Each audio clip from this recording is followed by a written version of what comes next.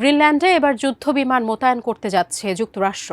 President Donald ট্রাম্পের Greenland অধিগ্রহণ ঘিরে উত্তেজনা বাড়ার মধ্যেই এমন ঘোষণা দিয়েছে north American aerospace defence command.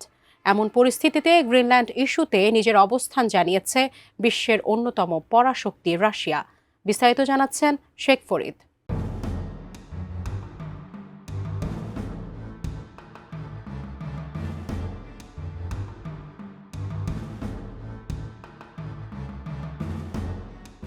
Greenland নিয়ে মার্কিন প্রেসিডেন্ট ডোনাল্ড ট্রাম্পের হুমকিকে কেন্দ্র করে নেটো তার ইতিহাসের সবচেয়ে বড় সংকটের মুখে পড়েছে, এমন মন্তব্য করেছেন সাবেক নেটো প্রধান আন্ডার্স ফগ রাসমুসেন। 20 জানুয়ারি সুইজারল্যান্ডে দাভোসে বিশ্ব অর্থনৈতিক ফোরামের ফাঁকে এমন সতর্কবার্তা দেন তিনি। সাবেক নেটো প্রধান জানান, এখন আর ট্রাম্পকে তোষামত করার সময় নেই। এটি শুধু নেটোর সংকট নয়, এটি পুরো ট্রান্স আটলান্টিক কমিউনিটির সংকট এবং দ্বিতীয় বিশ্বযুদ্ধের পর থেকে যে বিশ্ব ব্যবস্থা গড়ে উঠেছে তার জন্য বড় চ্যালেঞ্জ। এখানে নেটোর ভবিষ্যৎ এবং বিশ্ব ব্যবস্থার ভবিষ্যৎ দুটোই ঝুঁকির মুখে।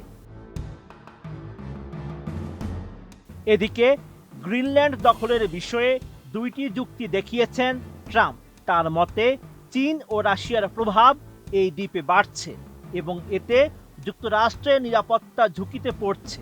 আর এই যুক্তিতেই ইউরোপ ও নেটোর বিরুদ্ধেও গেছেন মার্কিন প্রেসিডেন্ট। RICL TMX, যুগের পর যুগ স্থাপনা থাকে মজবুত। তবে ট্রাম্পের দাবি প্রত্যাখ্যান করেছে রাশিয়া।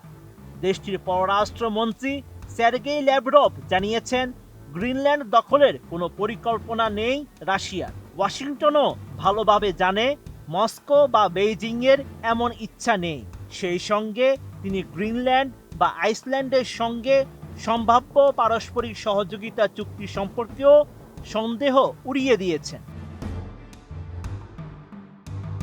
রুশ শীর্ষ কূটনীতিক আরও জানান, রাশিয়া কেবল গ্রিনল্যান্ড সংক্রান্ত বিষয়গুলো পর্যবেক্ষণ করছে এবং সরাসরি কোনো হস্তক্ষেপের মধ্যে নেই।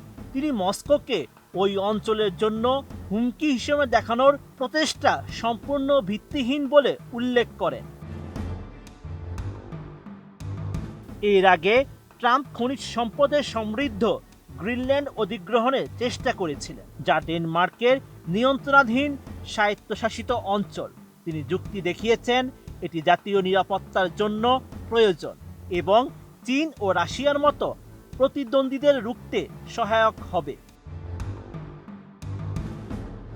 ল্যাভরভ গ্রিনল্যান্ডের বিষয়টি উপনিবেশিক যুগের প্রভাবের সঙ্গে যুক্ত করেছেন।